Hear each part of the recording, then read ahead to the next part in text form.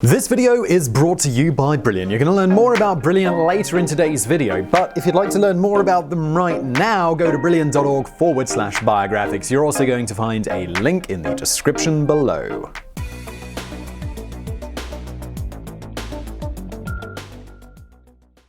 Felicio Augusto Melior Triano. According to 4th century historian Eutropius, that was the acclamation used to greet new Roman emperors in his time. It expressed hope that the ruler would be more fortunate than Augustus and better than Trajan. The historian lived 200 years after Trajan, but the memory of his reign of prosperity was still very much alive in the hearts and the minds of the Roman people. Trajan was part of the 5 good emperors, 5 successive rulers who presided over an 85-year period of affluence for the Roman Empire. Of those emperors, we can safely say that Trajan was the best of the bunch. He enacted welfare policies for the poor, restored confiscated properties, and undertook numerous construction projects. Within his borders, he brought stability, while outwardly he led military campaigns which saw the Roman Empire expand to its greatest size ever. He became the paragon that all subsequent emperors aspired to emulate, although none of them reached the same heights. To honor his accomplishments, the Roman Senate bestowed upon Trajan the title of Optimus Princeps, the best ruler.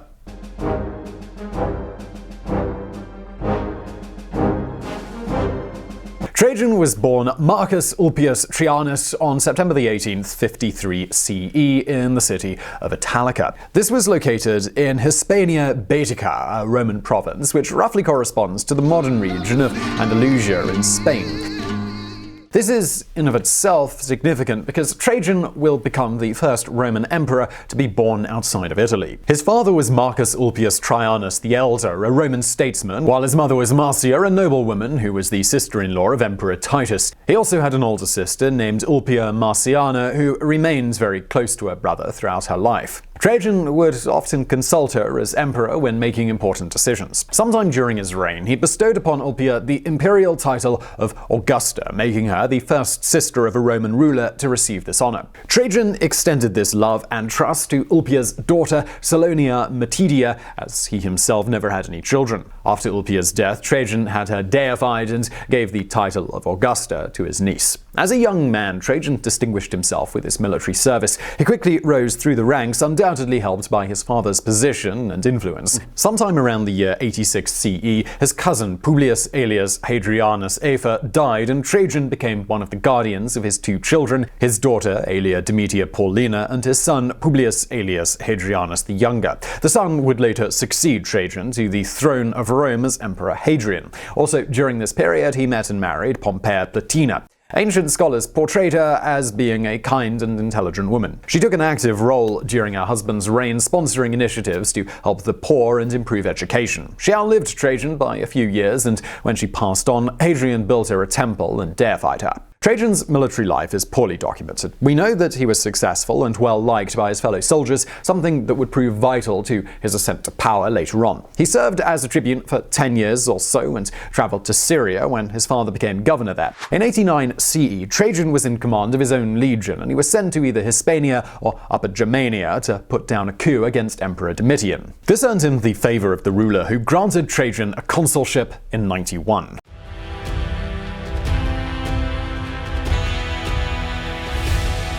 In order to get a proper understanding of Trajan's rise to the throne, we need a little background on the 2 emperors who came before him, the aforementioned Domitian and Nerva. Domitian ended up being the last ruler of the Flavian dynasty, and ancient sources would have us believe that he was a cruel, ruthless, and egomaniacal tyrant. Modern historians tend to disagree, however, and assert that these characterizations of the emperor were part of a concentrated effort to denigrate him after his death. It is almost certain that Domitian was an autocrat who ruled with an iron fist and instituted a cult of personality around himself, but his totalitarian tendencies were usually focused on one particular group, the aristocracy of Rome. Specifically, he was constantly at odds with the Senate, whose powers the emperor curtailed. His policies and propaganda actually made the emperor pretty popular with the people and the army. Domitian was assassinated on September 18th, 96 CE. According to Suetonius, he became an object of terror and hatred to all, and was the target of a conspiracy organized by his own friends and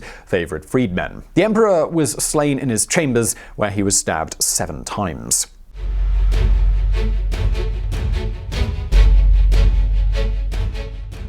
Nerva was crowned the new ruler of Rome, and he immediately began restoring many of the liberties and privileges that had been taken away by his predecessor. Nerva was the first of the so-called 5 good emperors, and as you would expect, he did many things to earn this reputation. He brought people back from exile, he put a halt to treason trials, and gave a lot of land to the poor. He also instituted numerous policies to save money, such as abolishing many sacrifices and spectacles, selling large gold and silver statues commissioned by Domitian, and forbidding that any such sculptures should be made in his own honor. Although Nerva was popular with the people and the Senate, he failed to appease the army, where support for Domitian was still strong. The Praetorian Guard demanded that the conspirators who assassinated the previous emperor be executed, but Nerva refused.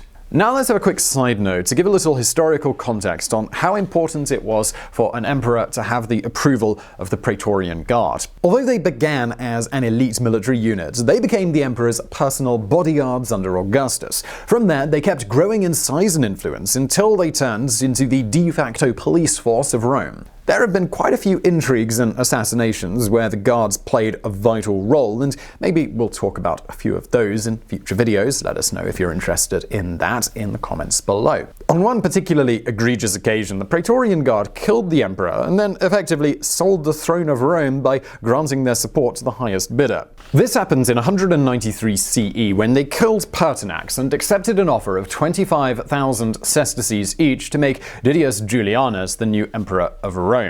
His reign lasted a whopping 66 days before he was also assassinated. So back to Nerva. There was a problem with his reign, and that was that he was old and in poor health. He was 66 years old when he took the throne, and he had no children or close relatives. The discontent of the army, plus the lack of a clear successor, pretty much guaranteed a civil war upon his death. In an attempt to pacify the soldiers, Nerva assigned command of the Praetorian Guard to Casperius Aelianus, who served as a Praetorian prefect under Domitian. This tactic backfired because Aelianus incited the men to get justice for their former emperor. In July or August 97 CE, the Praetorian Guard laid siege to the imperial palace, took the men responsible for Domitian's death by force, and executed them. Nerva was not harmed, but his authority was in tatters. Only one thing could help him keep his position: naming an heir who was popular with the people, the army, and the Senate, and that heir was Trajan.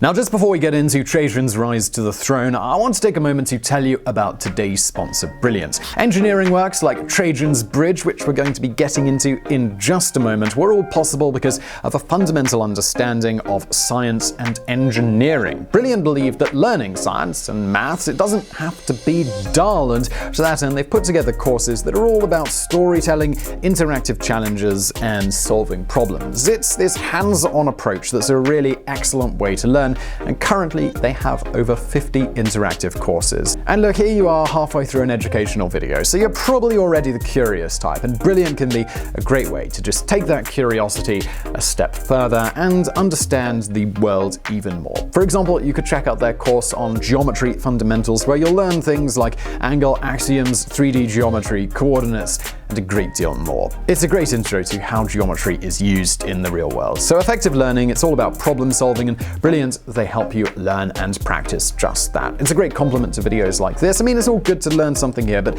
take that learning a step further with Brilliant. So you can support Biographics, help us do what we do, and get unlimited access to all of Brilliant's in-depth maths and science courses. Just head over to brilliant.org/biographics and get 20% off the annual premium subscription. And let's get back to Trajan.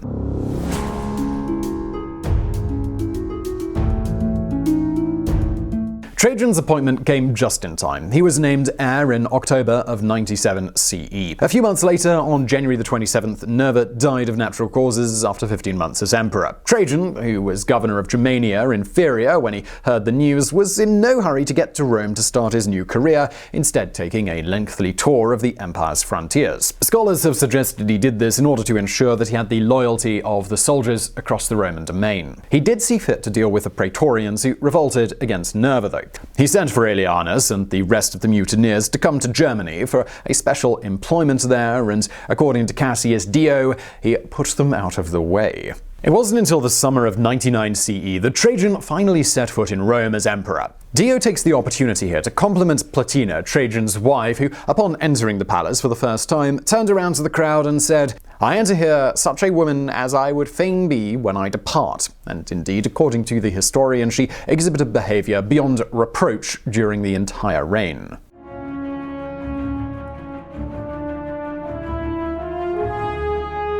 As emperor, Trajan first turned his attention to Dacia, a kingdom that mostly corresponds to modern-day Romania and Moldova.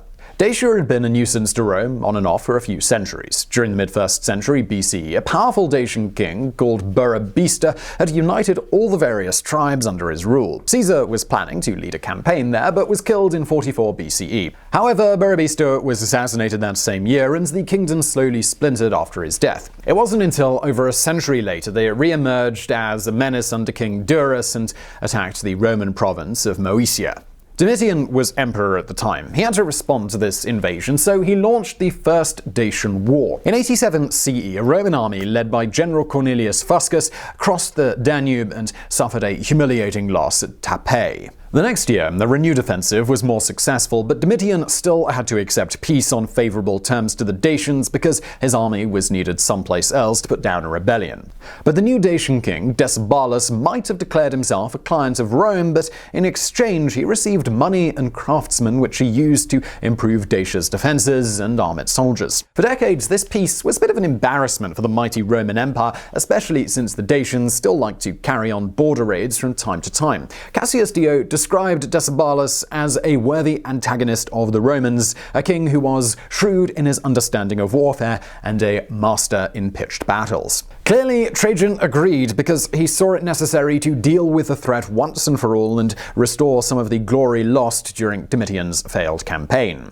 Trajan got the Senate's blessing to go to war, and in 101 CE, the Roman army crossed the Danube River once again and invaded Dacia. The Roman emperor had obtained a major victory over Decebalus at the Second Battle of Tapae. A few more minor conflicts followed, but in the end, Trajan decided to sue for peace because he didn't want his army to get caught in Dacia during winter. This time, though, the terms were considerably in Rome's favor. Among other concessions, the Dacians had to build a stone bridge over the Danube, which would make it a lot easier for Roman troops to cross the river should they invade Dacia again. This structure, simply known as Trajan's Bridge, was considered quite a marvel of its time. It was designed by a brilliant Greek architect called Apollodorus of Damascus, who would also be responsible for other constructions ordered by Trajan. The bridge only stayed functional for a few decades until Emperor Aurelian destroyed it, but it remains the longest bridge of its kind for over 1,000 years. There was peace, but Trajan understood that it was only a moment of respite until the Dacians regained their strength. In 105 CE, the two sides went to war again. This time, the fighting was more neck and neck as the Romans struggled to gain a decisive victory. In 106, they laid siege to the Dacian capital and eventually forced the people inside to surrender by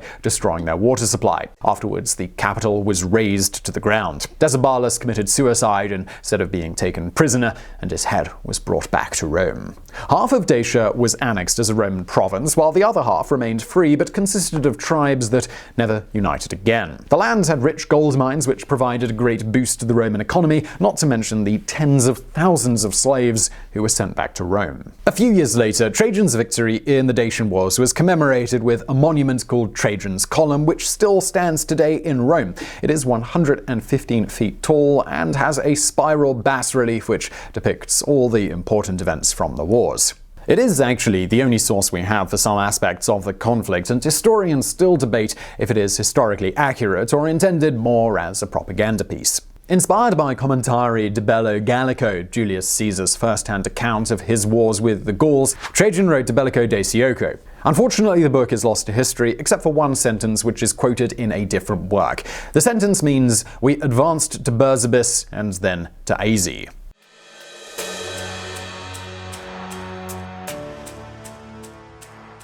Shortly after his triumph, Trajan had an opportunity to add the Nabatean kingdom to his empire. This was significantly different from the fights he had with the Dacians. It was already a client state of Rome, and after King Rabel II Sota died in 106, all it took was to move in 2 legions from nearby provinces. We don't know specifics about the conquest, but it seems that the troops encountered almost no resistance. Thus, the Nabatean kingdom came to an end as it was turned into a Roman province called Arabia Petraea. The next few years of Trajan's reign were peaceful, and they allowed the emperor to focus his attention on improving things back home. He had 123 days of games and festivities to celebrate his victory in the Dacian Wars. He built and improved roads and bridges such as the 205-mile Via Triana, which can still be found partially today. In Rome, he put Apollodorus of Damascus's talents to good use. The architect designed and constructed a new market, baths, and a forum, which would become the last of the imperial fora built in ancient Rome. The only improvements they could have used was a bit more creativity with the names. Predictably, they were called Trajan's Market,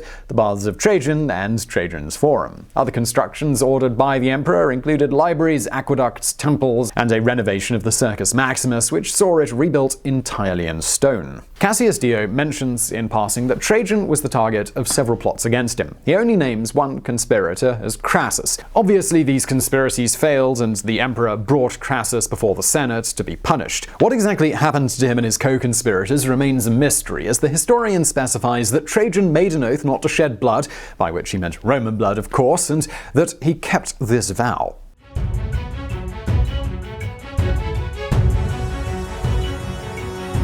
In 113 CE, Trajan entered a conflict with the Parthian Empire, a powerful entity located in ancient Iran. Like Dacia, Parthia had been a thorn in Rome's side, as clashes between the two domains went back centuries. Also like Dacia, Trajan sought to be the one to solve this problem permanently and enjoy the renown and acclamations that would come with it. In fact, the emperor's complete true motives remain somewhat of a hot topic among Roman historians. Some see them as being practical. Trajan wanted to strengthen the defenses of his eastern frontier and benefit from the economic boost of adding Parthia to the Roman Empire. Others believe it was simply in his nature. Trajan was a military man first and foremost, and would have likely gone on warring as long as he could, and some opine that Trajan wanted to emulate the conquests of Alexander the Great and secure for himself the near-divine status that the latter enjoyed.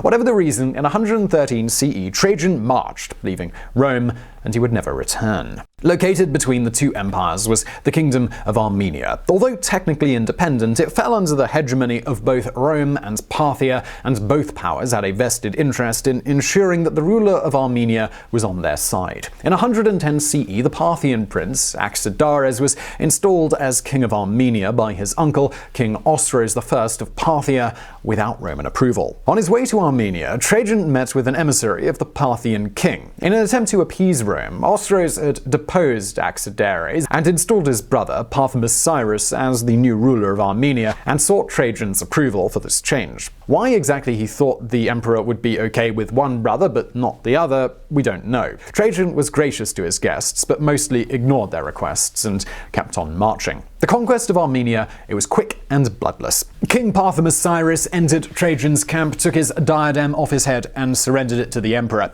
He fully expected to get it back and become a client king of Rome in a move reminiscent of what Nero did with King Tiridates half a century prior. Instead, Trajan kept Armenia as a new Roman province and installed a governor to rule. Parthimus, he died soon after, and although the circumstances are not known, some have speculated that he was killed on Trajan's orders.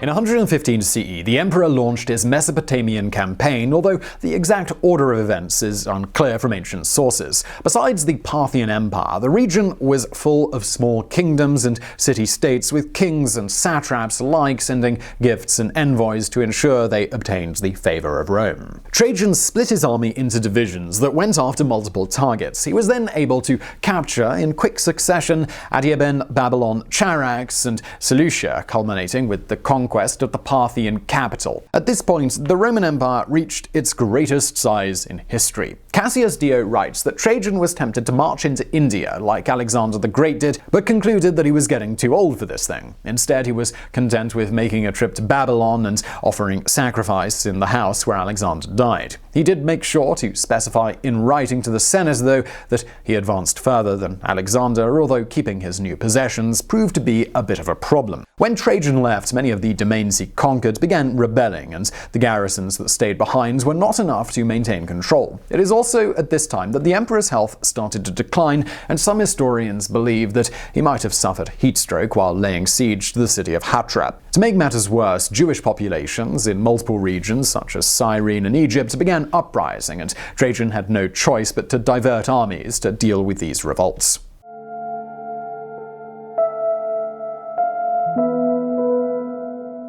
Trajan hoped that this would be a minor setback. He left his troops in charge of his generals and set sail for Italy to regain his health. He then planned to return, take command again, and settle any conflicts that remained. That's not how things panned out, though. He died suddenly on August 8, 117 CE, aged 63, in the port town of Selinus in modern-day Turkey. His cause of death remains somewhat controversial. Some sources say he died of a stroke, although both modern and ancient historians make mention of poison. His succession was also a bit contentious. His cousin Hadrian followed him to the throne, but whether Trajan actually named him as his heir, or whether this was arranged by his wife Plotina after his death, remains debatable. One of Hadrian's first acts was to pull out of Mesopotamia, as it became clear that Rome did not have the resources to keep the region. Trajan might have ultimately failed in his Parthian campaign, but he left behind a cherished legacy that is still celebrated today. So I really hope you enjoyed that video. If you did, please do smash that like button below and don't forget to subscribe. Also, please do check out our fantastic sponsor, Brilliant. There is a link to them below. And as always, thank you for watching.